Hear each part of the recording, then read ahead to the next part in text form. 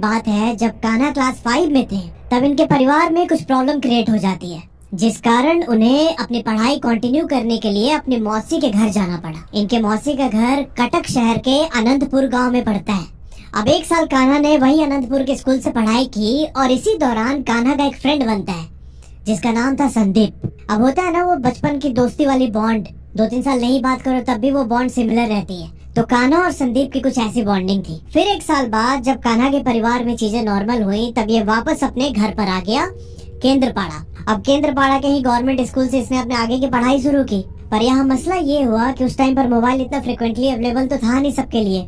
इसी चक्कर में कान्हा और संदीप के बीच जो बातचीत होती थी वो बंद हो गई। अगले 10 साल तक इनका कोई भी कनेक्शन नहीं रहा। अब 10 साल के बाद जब कान्हा ग्रेजुएशन कर रहा था तब उसी दौरान इसके मामा जी की शादी तय हो जाती है। उस शादी में अनंतपुर गांव से इसकी मौसी भी आती है। अब उस समय कान्हा ने मौसी से पूछा कि संदीप कहाँ है आजकल, उसकी कोई खोज खबर नहीं है मेरे पास। तब मौसी ने कान्हा को संदीप का नंबर दिया। इनकी बातचीत फिर से शुरू हो जाती है। अब धीरे धीरे जो इनके क्लास 5 की पूरी फ्रेंड सर्कल थी उनसे भी कान्हा का कांटेक्ट हो गया। 2021 में इन सब ने प्लान बनाया कि यार थोड़ा मिलते हैं, इतना टाइम हो गया मिले हुए हम लोगों को। 28 दिसंबर 2021 को, अबे 2021 सुन के बहुत लोग कमेंट करने लगेंगे उस टाइम पे लॉकडाउन हुआ था, कहाँ कोई आता जाता था। तो भाई ऐसे छोटे छोटे शहरों में इतना ज्यादा स्ट्रिक्ट लॉकडाउन इम्पोज नहीं हुआ था, ठीक है।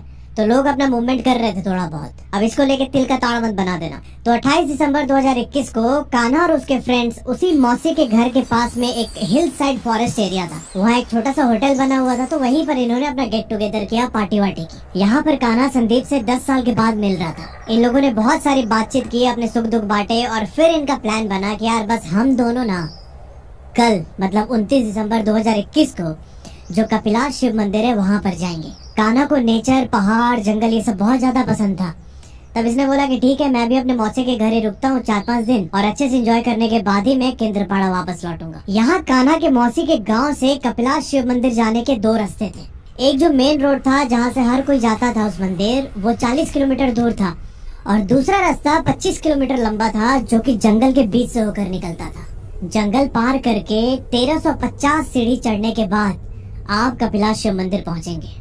अब जो संदीप लड़का था वो यहीं के आसपास का रहने वाला था, उसे थोड़ा बहुत आइडिया था कि जंगल का रूट कैसा होगा। तो ये लोग 29 दिसंबर 2021 को संदीप के मोटरसाइकिल पे बैठ के निकल जाते हैं कपिलाश जंगल की तरफ। सुबह के 11 बज रहे थे, आसमान एकदम क्लियर था और जो जंगल वाला रास्ता था उसका लेंथ कोई 3-4 फीट होगा।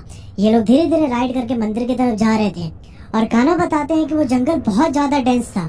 मतलब हम एकदम धीरे धीरे रोड पे चल रहे थे और जंगल के बिल्कुल अंदर से जब हमने थोड़ा सा कंसंट्रेट किया तो हमें हाथियों की आवाज सुनाई दे रही थी। इनका प्लान ये था कि यार जल्दी जाके मंदिर में दर्शन करके 4 बजे तक हम वापस आ जाएंगे। पर प्लानिंग के हिसाब से नहीं, अगर सब कुछ हो जाता तो ये कहानी कैसे बनती। जंगल के अंदर 10 किलोमीटर राइड करने के बाद धीरे धीरे पहाड़ी रास्ता शुरू हो जाता है। ये लोग जैसे ही जंगल पार करके उस पहाड़ वाले रास्ते पर चढ़े, अचानक मौसम बदल गया। आसमान में काले बादल छा गए और एकदम घनघोर बारिश होने लगी। इन्होंने अपने साथ कोई छाता वाता नहीं लिया था। जैसे तैसे भीगते हुए जब ये लोग 300-400 मीटर और आगे गए तब इन्हें एक छोटा सा मैदानी एरिया दिखाई पड़ता है जहाँ पर 4-5 घर बने हुए थे। वो शायद जो वहाँ के ट्राइबल लोग थे उनका घर था। अब हर घर के बाहर गाय रखने के लिए एक शेड बना हुआ था। तो ये लोग फिलहाल उसी शेड के अंदर जाके खड़े हो जाते और खड़े होके बारिश के बंद होने का वेट करने लगे दोनों। 1 बजे के आसपास जब बारिश बंद हुई तब ये लोग अपना जर्नी कंटिन्यू करते हैं कपिलाश टेम्पल के लिए। अब जो रास्ता था वो पूरा बारिश से खराब हो चुका था, कीचड़ भर चुका था चारों तरफ। उसी कीचड़ में धीरे धीरे राइड करते हुए जब ये लोग 8 किलोमीटर और आगे गए तब ये देखते हैं कि रोड के बिल्कुल बीचों बीच एक ना बूढ़ा आदमी लेटा हुआ है। दोपहर का टाइम था तो इन्हें कुछ डाउट नहीं हुआ। इनको लगा कि शायद जहाँ पर अभी हमने शेल्टर लिया था मे भी वहीं के रहने वाले हों। उस आदमी के करीब बाइक ले जाके इन्होंने हॉर्न बजाया क्योंकि रास्ता 3-4 फीट का ही था और वैसे सामने लेटा हुआ था। संदीप उस बूढ़े आदमी के पास बाइक ले जाए खड़ी करता है और इसने हॉर्न बजाया पर उस आदमी का कोई भी रिस्पॉन्स नहीं था। फिर इसने अपने ओडिया लैंग्वेज में बोला कि भाऊ उठो ना, मेरे को रास्ता तो आगे जाना है। पर बाबा यहाँ एकदम साइलेंट थे। अब 3-4 बार बोलने के बाद मुझे कोई रिस्पॉन्स नहीं आया तो मुझे लगा कि शायद ये देसी दारू वाली ठीक है लेटा हुआ है। संदीप बाइक से उतर के उनके पास वहाँ पहुँच के आवाज लगाई कि बाबा उठो बाबा। और ऐसे बोलते बोलते संदीप ने जाके उस आदमी को ऐसे कंधे से पकड़ के हिलाया कि उठो ना। और जैसे ही संदीप ने उसके ऊपर हाथ रखा ना, बाबा ने दोनों आंखें खोली। अब कान्हा संदीप के बाजू में ही खड़ा था। ये दोनों देखते हैं कि बाबा की जो आंखें हैं वो एकदम लाल हो रखी है। मतलब जो अपने आंख का ब्लैक वाला पार्ट होता है वैसा कुछ नहीं था उनकी आंख में, पूरा ही रेड एकदम। अब वो खुली आंख देख के इनको डर भी लगा। बाबा तुरंत अपनी जगह से उठते हैं और उन्होंने बोला कि मंदिर से जो लंबा वाला रास्ता जाता है उधर से ही जाना तुम लोग, इस रास्ते मत लौटना। और ऐसा बोलते बोलते वो पहाड़ी से नीचे जंगल की तरफ जाने लगे।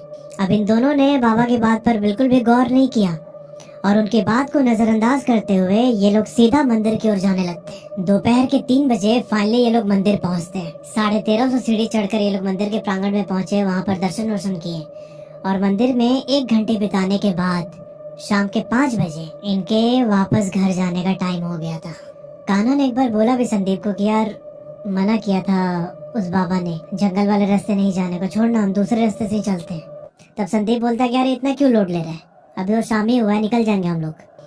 ये लोग मंदिर से नीचे उतरते हैं और 5:30 के आसपास इन्होंने कपिलास मंदिर से अपने गांव की तरफ जाने की राइड स्टार्ट की और सारा खेला इसी राइड पर होना था दोस्त। अब जब ये लोग उस पहाड़ी रास्ते को पार करके जंगल में एंटर करने वाले थे तो बिल्कुल एंट्री पे ही इनको 2 फॉरेस्ट गार्ड दिखाई देते हैं।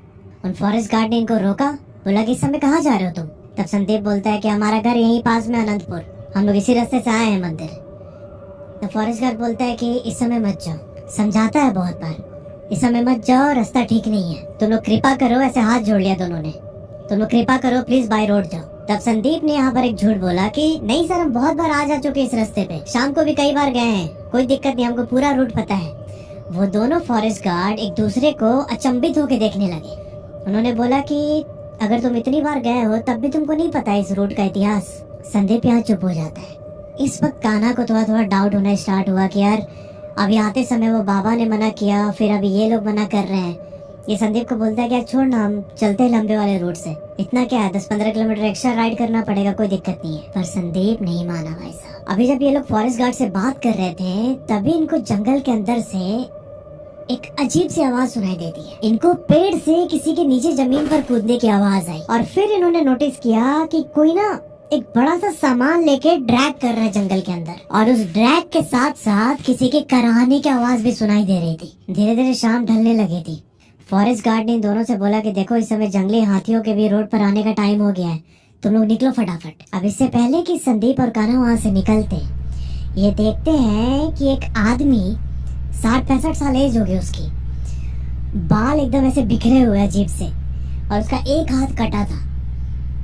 वो धीरे धीरे चल के इन फॉरेस्ट गार्ड के पास आता है। उनमें से एक फॉरेस्ट गार्ड के सामने इसने अपना हाथ ऐसे फैलाया। उस फॉरेस्ट गार्ड के पास एक झोला था, उसने झोले से एक दूध का पैकेट निकाला और उसके हाथ पे रख दिया और फिर वो आदमी दूध का पैकेट लेके जंगल के एकदम अंदर चला जाता है। कान्हा ने बोला कि सर ये तो जंगल के अंदर चला गया, उधर से जंगली हाथी भी तो आने वाले हैं ना, दिक्कत नहीं होगी इसे। तब उन फॉरेस्ट गार्ड ने बोला कि ज्यादा बहस मत करो तुम लोग, नहीं बात मानना है, जाना उस जंगल के रास्ते से जाओ। संदीप बोलता है कान्हा को कि यार बैठ जल्दी, ऐसे अंधेरा हो रहा है। और ये दोनों उस जंगल के अंदर एंटर कर जाते हैं। बारिश की वजह से रोड अभी भी खराब था, पूरा कीचड़ से सना हुआ। इस टाइम पर लगभग अंधेरा होने लगा था। जो मून लाइट थी उसी की रोशनी थी आसपास सिर्फ। ये लोग अपनी बाइक पर बैठकर 6-7 किलोमीटर और अंदर गए जंगल के। तब संदीप को रोड के साइड पर एक काला मुर्गा दिखाई देता है। वो जो देसी मुर्गे होते हैं ना बड़े वाले, कड़कनाथ बोलते हैं बहुत जगह, वो मुर्गा रोड के साइड पर खड़ा था। संदीप बोलता है कि कान्हा उधर तो बाइक से, इसको पकड़ते हैं और लेके चलते हैं, आज यहीं बनाएंगे डिनर में हम लोग। अब जो कान्हा था वो धीरे से अपने बाइक से उतरता है नीचे, संदीप उसके पीछे पीछे। अब जब ये लोग मुर्गे के थोड़ा सा करीब पहुंचे तब मुर्गे ने इनको नोटिस कर लिया और भाई वो रोड के किनारे जो जंगल था, जंगल के अंदर भाग गया।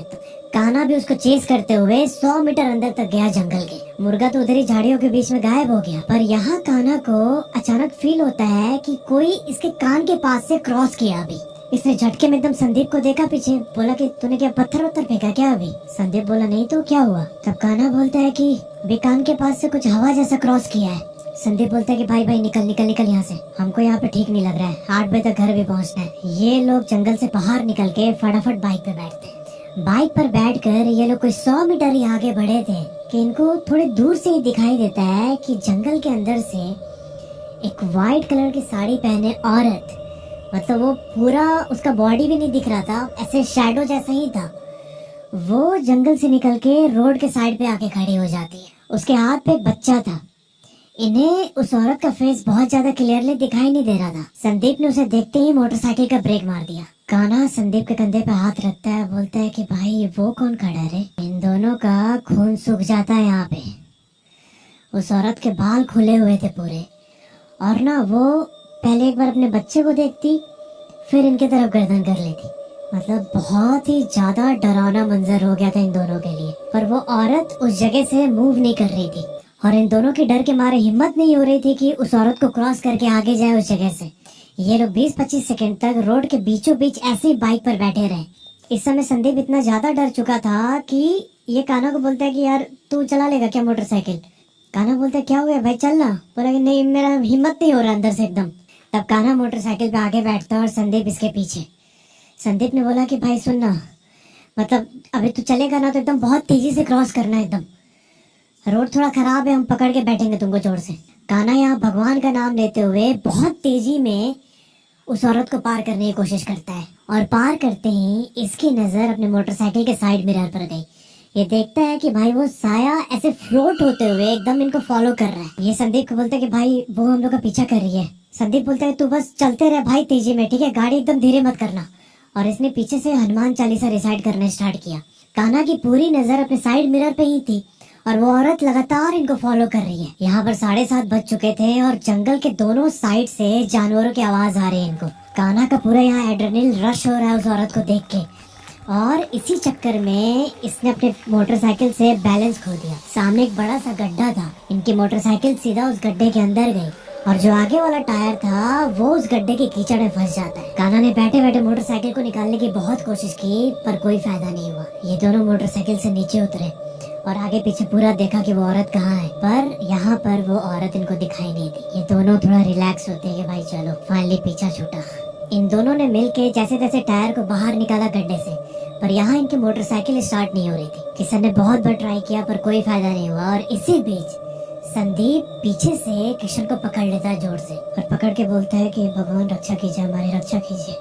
किशन बोलता है क्या हुआ? संदीप ऐसे पॉइंट आउट करता है रोड के साइड वाली पेड़ की तरफ। किशन ने अपना सर ऊपर किया भाई, और ये देखा कि वो 20-30 फीट ऊंचा पेड़ था, और पेड़ के टॉप पे बैठ के वो सेम औरत इनकी ओर घूरे जा रही है। यहाँ पर उसका फेस क्लियर दिख गया इन दोनों को, और भाई उसका कोई फेस था ही नहीं। फेस की जगह पूरा हॉलो स्ट्रक्चर था। इन दोनों के डर के मारे जो हालत खराब हुई, जब कितना भी कोशिश करे बाइक स्टार्ट ही नहीं हो रही है। मैं भगवान से बहुत रिक्वेस्ट की, हाथ जोड़ा एकदम। अभी इनके अंदर ठंडे लहर का समंदर उठ रहा था। एक तो बाइक स्टार्ट नहीं हो रही, और ऊपर से वो औरत लगातार इनको घूरे जा रही थी। ये दोनों बाइक से उतरते हैं, और किशन बोलता है कि संदीप पीछे से धक्का दे, हम लोग ड्रैग करके बाइक को लेके जाएंगे जंगल से बाहर। पर ये लोग जैसे ही बाइक से नीचे उतरे ना, संदीप का पैर कांपने लगा बहुत जोर से, और ये वहीं बाइक के पास नीचे बैठ गया। किशन बोला क्या हो गया भाई? बोला कि भाई मेरे से खड़ा ही नहीं हुआ जा रहा है, मेरे पैर में एक अजीब तरीके से दर्द हो रहा है। अभी किशन यहाँ संदीप को कुछ समझाता कि इन्होंने नोटिस किया कि वो जो औरत है वो पेड़ से नीचे उतर रही थी धीरे धीरे। अब यहाँ किशन भी डर के मारे एकदम रोने लगा। इसने अपनी आंखें बंद कर ली और भगवान का नाम लेने लगा। संदीप ने अपने दोनों हाथ मोटरसाइकिल के सीट पे ऐसे रख के और अपने पूरे फेस को से ढकने की कोशिश कर रहा था। ऐसा होता है ना कि डर लगता है तो हम कोशिश करते हैं कि कंबल डाल ले ऊपर या तकिया रख ले मुंह पे, ताकि वो डर हमें पता ना चले। 5-7 सेकंड ही हुए थे इनको आंख बंद किए हुए, और इन्हें अपने बिल्कुल बाजू से छोटे बच्चे के रोने की आवाज आने लगी। बच्चे की आवाज सुन के जैसे ही इन्होंने आंख खोली अपनी देखने के लिए, तब ये देखते हैं कि इनके मोटरसाइकिल के बिल्कुल पास रोड के साइड पर वो औरत ऐसे जमीन पे बैठी हुई है, और उसका मुंह पूरा खुला है भाई, बहुत भयानक तरीके से। ऐसा लग रहा था कि वो कुछ चीखने की कोशिश कर रही है, पर इनको कुछ सुनाई नहीं दे रहा था। और वहीं उसके गोद में वो बच्चा रो रहा था। इनका एड्रेनलिन एकदम पंप कर रहा था जोर से, और ऐसा होता है ना कि जब मुसीबत पड़ती है तो हम अपना पूरा जोर लगा देते हैं। इन्होंने भगवान का नाम लेते हुए मोटरसाइकिल को ड्रैग करके बहुत तेजी से वो वाला स्ट्रेच पार किया। अब उस जगह से जब ये लोग 200 मीटर आगे गए, तब इनकी मोटरसाइकिल फिर स्टार्ट हो जाती है। गाड़ी की स्पीड एकदम तेज करके ये लोग वहाँ से निकलने की कोशिश करने लगे। रोड भी पूरा खराब था, और थोड़ी देर राइड करने के बाद ये लोग फाइनली उस वाले गाँव में पहुँचते हैं जो मैंने आपको वीडियो के स्टार्टिंग में बताया था कि वहाँ पे 4-5 घर थे। वहाँ पहुँचकर इन्होंने अपनी मोटरसाइकिल रोकी अब यहाँ मोटरसाइकिल की लाइट और आवाज सुन के एक अंकल अपने घर से बाहर निकल के आए। इन्होंने देखा कि संदीप और कान्हा डर के मारे बहुत ज्यादा हाँफ रहे थे। तब इन्होंने घर के बाहर जो मटका रखा था उससे पानी निकाल के दिया पीने को। अंकल ने बोला कि इतनी तेजी में तुम लोग कहाँ जा रहे हो? रोड इतना खराब है, बारिश हुआ है, एक्सीडेंट हो सकता है तुम लोग का। तब इन दोनों ने अंकल को सारी बात बताई। अंकल ने बोला कि एक काम करो, आज रात यहीं रुक जाओ, क्योंकि आगे अभी भी जंगल का रास्ता है अच्छा खासा, उसके बाद तुम लोग को मेन रोड मिलेगा। संदीप ने बोला कि अंकल हमको आज ही घर जाना पड़ेगा, क्योंकि यहाँ पर तो नेटवर्क भी नहीं है, घर वाले बहुत परेशान हो जाएंगे। तब यहाँ पर अंकल ने बोला कि ठीक है, मैं तुम लोग को जंगल के बाहर तक छोड़ के आता हूँ। दोनों ने बहुत मना किया पर अंकल माने नहीं। इन्होंने अपनी लूना मोटरसाइकिल निकाली। अंकल उस रास्ते पर आगे आगे चल रहे थे और इनकी बाइक पीछे। जंगल का एरिया क्रॉस करके ये लोग मेन रोड के पास पहुँचते हैं और वहीं पर एक छोटा सा मंदिर था। अंकल ने अपनी लूना बाइक वहाँ मंदिर के पास खड़ी की और इनसे पूछा कि तुम लोगों ने अभी जंगल के रास्ते आते वक्त किसी जानवर को परेशान किया था क्या? जैसे ही संदीप और कान्हा ने बात सुनी, भाई इनके रोंगटे खड़े हो गए। तब इन्होंने बताया कि हाँ, वो मुर्गा था, उसको हम पकड़ के लेके जाना चाहते थे। तब अंकल ने बोला कि बेटा, तुम्हारे हाथ में जो पंडित जी ने धागा बांधा है ना मंदिर में, इसकी वजह से ही आज तुम लोग जिंदा हो, वरना वो छोड़ती नहीं तुम दोनों को। यहाँ कान्हा को ऐसा फील हो रहा था कि इसका गला चोक हो गया, बहुत ज्यादा डर गया था ये। इसने पूछा अंकल से कि क्या हुआ था, अंकल कौन थी वो? तब अंकल ने इन दोनों को एक बहुत ही डार्क हिस्ट्री बताई उस जंगल की। उन्होंने बोला कि आज से 10-15 साल पहले इस कपिलाश जंगल के अंदर बहुत ज्यादा शिकार हुआ करते थे। यहाँ पर हाथियों की संख्या बहुत अधिक है, तो उनका जो दांत होता है हाथी का, उसके चक्कर में यहाँ पर अक्सर इलीगली हाथियों को मारा जाता था। और इसी दौरान एक शाम जब कुछ शिकारियों का ग्रुप यहाँ पर आया था जंगल में हाथियों के शिकार के लिए, तब उस समय जहाँ पर ये लोग छुपकर हाथी को मारना चाहते थे, वहाँ इसी गांव की रहने वाली एक औरत पहुँचती है। औरत अपने बच्चे को लेकर उस एरिया को क्रॉस कर रही थी और जब इसने देखा कि ये शिकारी हाथी को मारने के लिए खड़े हैं, तब इसने बोला कि यहाँ से चले जाओ, नहीं तो मैं फॉरेस्ट ऑफिसर को बता दूंगी जाके। तब जो इनमें से हेड था शिकारियों का, वो औरत को धमकी देने लगा कि चुपचाप चले जाओ यहाँ से, और मुंह खोला तो तुमको जान से मार देंगे हम लोग। अब होता नहीं कैसे ट्राइबल इलाके में वनस्पति को, जानवरों को पूजा जाता है, तो भाई हाथी तो पूजनीय था उनके लिए, इसीलिए वो खड़ी हो गई कि नहीं, मैं नहीं जाऊंगी जब तक तुम लोग यहाँ से नहीं जाते हो। तब उस शिकारी ने बंदूक निकाल ली इसको मारने के लिए। जब इस औरत को मारने के लिए उसने बंदूक तानी, तो इसी शिकारी का एक दोस्त इसका हाथ जाकर पकड़ लेता कि यार ये ठीक नहीं है। अब इस समय शिकारी को इतना गुस्सा आया कि उसने बड़ा सा एक कटारा जैसा रखा हुआ, तो लकड़ी काटने वाला, वो उठा के उस आदमी के हाथ पर मार देता और उस आदमी का हाथ कट के वही नीचे लटक गया। इसके बाद उस शिकारी ने औरत को गोली मारी और वो औरत वहीं पर मर गई। ये देख के जो शिकारी का दोस्त था वो बच्चे को बचाने के लिए जाता है, तभी शिकारी ने जो उसका हाथ लटक रहा था उसको खींच के अलग कर दिया और फिर बच्चे को भी गोली मार दी।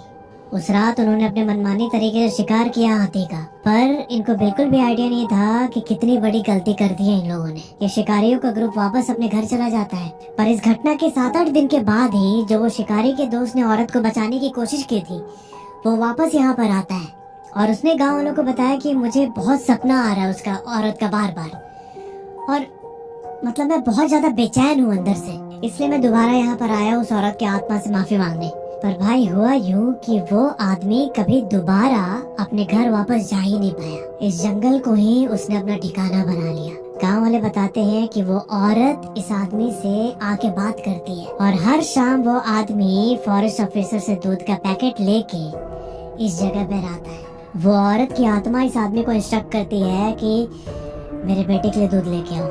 और अब 10-15 साल होने के बाद भी ये सिलसिला जारी है। कोई भी ऐसे अगर जंगली जानवरों को परेशान करने की कोशिश करता है यहाँ पे, तब उस औरत की आत्मा एक ढाल बन के उसके सामने खड़ी हो जाती है। ये सब सुन के इन्होंने भगवान को थैंक यू बोला, इनकी जान बची और रात के 9:30 के आसपास ये लोग घर वापस पहुँचते हैं। पर वो घटना कान्हा को बहुत ज्यादा इम्पैक्ट कर रही थी। इसे भी करीब 1 साल तक सपना आता रहा। फिर कान्हा दोबारा गया उस जगह पे, इसने जाके हाथ जोड़ा, माफी मांगी उस औरत से और जो वनस्पति है उन सब से। वहाँ एक पेड़ के ऊपर लाल धागा भी बांधा इसने और तब जाके धीरे धीरे कान्हा पूरी तरीके से रिकवर हुआ।